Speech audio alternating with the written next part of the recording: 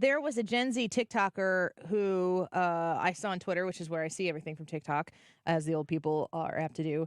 And she's coming at the conversation about people attacking Gen Z workers. She feels attacked. And there's part of me watching her sit in her car talking to the camera. She's got a Walmart badge on. I thought, take the Walmart badge off. Take it off. Or at least like cover up so you can't see what the logo is. I don't know if it matters. I don't know that Walmart cares. She's probably a really great worker. But she was being super defensive on behalf of Gen Z because of a lot of the conversation that exists about Gen Z's attitude towards work. And I was listening to her, not specific in detail, but when she was talking, I very much so remembered being a millennial of that age and feeling the same emotions that she was articulating. Like the idea that, listen, I'm just trying to do what I need to do here, and everybody is out judging the specific generation essentially for existing and not doing it the way they do it. You know what I'm saying? Do you remember, like, people don't harp on millennials as much anymore because I think it's because millennials are old enough now to do the harping. But it's definitely, there's a lot of Gen Z conversation right now because they're fully in the workforce. And there are times where I look at them and I go, yeah, they were really awful to millennials. That Gen Z was awful to millennials? Well, Gen Z is awful to millennials, but that's not what I'm talking about. When we were that age. Yeah. Oh. Let me go to Brad. Brad? Okay. Yeah, they were. Good job. I thought you were going to ask me the question again. But no, yeah, as a millennial, they were, the millennials are lazy. I mean, it's really recently that they started blaming Gen Z for everything. Up until about I think that's because the day now includes millennials. Yeah, 2 years ago, maybe even 2 to 3 years ago, everything was millennials' fault. And we were like, it's not millennials at this point. These are Gen Z kids. Because they were talking about high school kids. Millennials became a synonym for just young people. Yeah. Or specifically young, lazy people. And Gen Z are kind of dealing with that right now. Like, you're saying that if you were this age, this is how you are and who you are. And we have people in our generation who are like this, but just by virtue of being Gen Z doesn't make that I am the thing that you're saying that I am. I think you kind of said this yesterday, that every generation at that age says, oh, woe is me. Oh, everything's so hard for me. The whole world's against me. The difference is But every generation that's older than them says that about them, too. Says it to them, but the difference now is that we allow it more than we ever have. We don't push perseverance. We don't push back. We don't tell them, get over it as much. I think it's good when we do that. And I mean, it's good to have grace. I'm not saying that because when somebody's going through a hard time, the last thing you want to hear is, well, get over it. But if all you ever have is hard times. If all you ever have is hard times and all you ever have is people telling you, oh, it's okay, and just sort of giving you benign encouragement that doesn't mean anything. Nobody's there with you in the trench to say, you can do this. That's a different attitude. Well, I think the other side of that is the parenting styles, like the bulldozer and helicopter parenting and stuff like that. Kids haven't figured out how to deal with adversity. And so whenever the first major adversity that they face is that. I want to play this clip before we run out of time here so we can discuss what we're talking about in conjunction with this clip. So this is a Gen Z TikToker. She is working at Walmart. She's sitting in the parking lot of Walmart, I believe, in her car, and she's filming this video. And I think you're going to have a visceral, immediate reaction to it, but I want you to continue to actually listen to what she says throughout this whole thing. I cannot stand how the news has been dogging Gen Z and calling them lazy for not wanting to work a 9-to-5 for the rest of their lives. Let me put it in perspective for everybody who's a little confused here, okay? I work 5 days out of the week, 40 hours a week, okay? I do not make enough to live on my own. I would not make enough to pay rent, water, electric, and eat. All by myself. I would not be capable of doing that. 20 years ago when you were getting started, you could live on your own. 20 years ago when you first started, you were able to do everything that I am now struggling to do. Let me add another perspective here. You've been working for 20 years. You have 20 years of working experience behind your belt. You have 20 years of experience in a career that has allowed you to gain raises, to get more money, to profit you in an economy that you created. So she goes on. So she's talking about how she's working 40 hours a week. So, I mean, obviously she's upset here. But she says she does work 40 hours a week. And one of like her biggest complaint here is that working 40 hours a week does not afford her the income to purchase the things she needs to sustain an independent lifestyle. Here's the rest of it. You can sit here and you can call Gen Z lazy all you want, but I've been working my tail end off just to barely make it by. And respectfully, I don't want to do that for the rest of my life. I don't want to work my tail end off, wasting all of my life working just to barely be able to pay my bills. And that is what you created, not Gen Z. We're just here getting started. You've been doing it for the last 20 years. You tell me how it got ruined. We can sit here and we can call Gen Z lazy all you want, but you let the economy turn into what it did. You let it all run to hell. And now it's Gen Z's fault because we don't want to work to fix your mistakes. I don't disagree with her. I mean, it's abrasive. The obvious visceral reaction, like I said, is like, whoa, girl, calm down. You're going to have to work hard to get where you want to get. But what she's ultimately pointing out here is something that I wish that politicians on the Republican side of the aisle would tap into. The idea that if you keep elevating the minimum wage, but the cost of everything goes sky high, it doesn't matter. You don't get to stump on campaign stages behind podiums and brag about what you've done for people when the rest of the economy has caused everything to be sky high and unaffordable.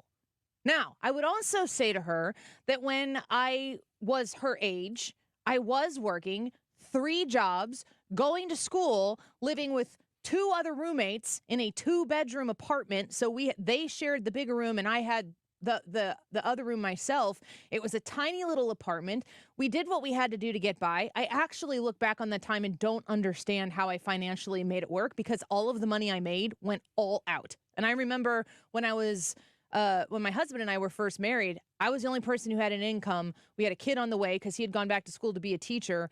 And I don't even know how we fed ourselves when we were still living in our home. My in-laws took us in for a while Jared finished school. We wouldn't have been able to do it without that extra help. But what she's saying there is that she is working her tail off. She is not being lazy. She's not one of those people who just wants gimme, gimme, gimme. She's working her tail off and she's realizing it's not enough. And then she says, you guys made this economy. Well, I assume that she's of at least 18 years of age. Like, you get to now enter the workforce to understand a little bit about economics. And if you are putting some of your skin in the game, which it sounds like she is, because she's a working American citizen, you have to understand we have to get this individual, we have to translate what she's experiencing right now as a consequence of policy that exists in our American government.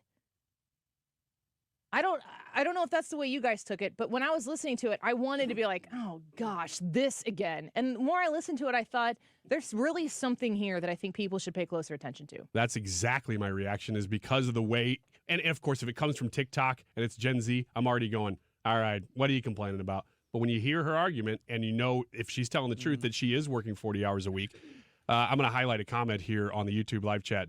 Dan says, blame everyone else. Now, if he's talking about her, I don't know if that he is, but if he's talking about the girl in this clip, blaming everybody else, I got to say, I kind of agree with the girl in the clip.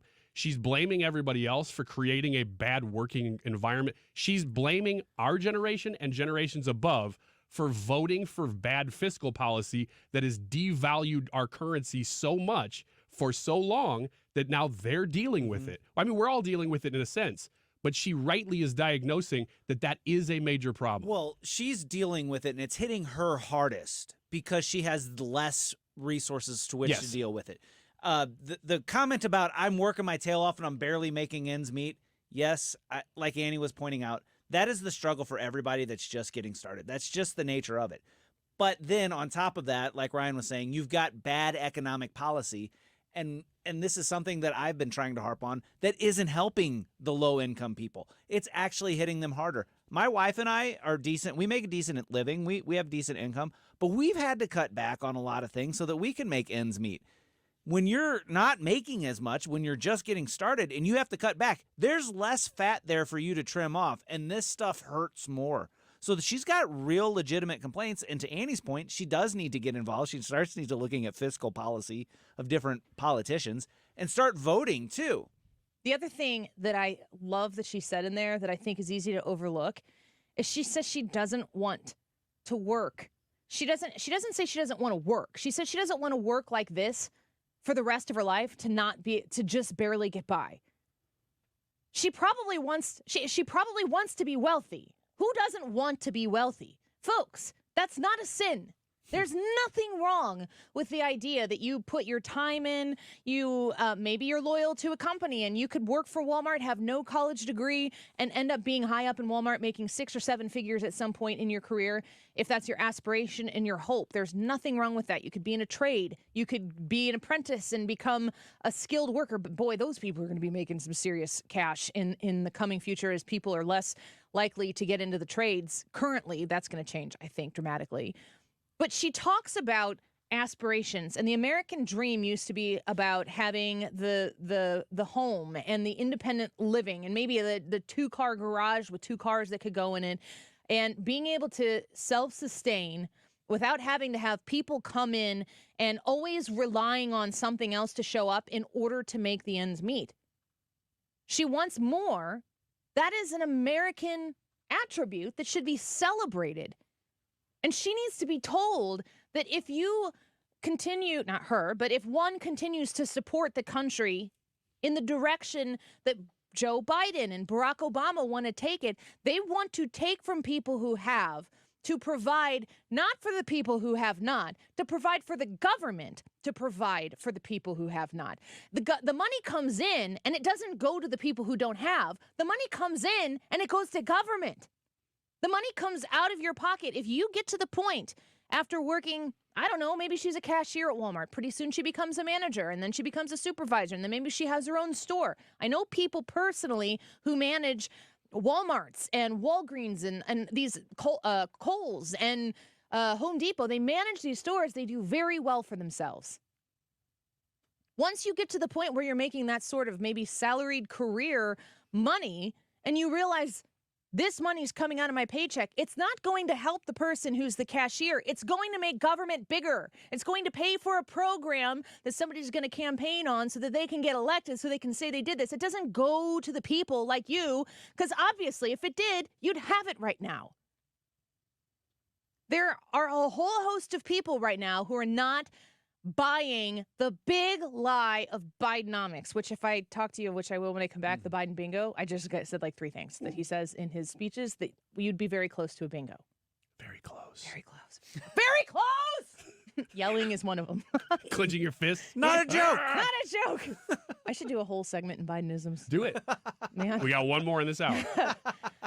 We need to understand that there is a discontent that exists in young people right now. Are you going to get the majority of young Gen Zers to swing over and vote for Donald Trump in 2024? You're probably not. But it's like when they talk about the black vote or the Latino vote. You don't need to have the majority. If somehow or another Donald Trump were able to get 20% of the black vote, or if Republicans were able to get 20% of the black vote, the Democrats are in a huge heap of trouble. But you have to communicate to these things. You have to go into the communities that you think are lost causes, and that might be the young people. That might be impoverished communities that are black, that impoverished communities that are white, impoverished communities that are Latino, and you have to speak to the people. You have to sit and be willing to listen to this TikToker and hear what she's actually saying and not just shrug her off as another lazy, whiny Gen Zer, because she actually makes some decent points here. I don't know if that's how everybody heard that, but that's how I heard it. I thought it was worth discussing. Yeah, I do too. And I think that there are a lot of those people. People in the chat are asking, well, how does she vote? I don't know. I don't know how she votes. I know that she's prime pickings for somebody to... We don't know that she votes. That's true too. You don't know how she votes or if she votes, but she sounds like she's got some things starting to be figured out that older people have said probably for a long time to say, hey, this is the way things work. Oh, you're experiencing it now? Yeah, welcome to reality. Where your political philosophy starts shifting from just being in your heart to maybe coming through your head. And if you're doing it right, you incorporate both of them.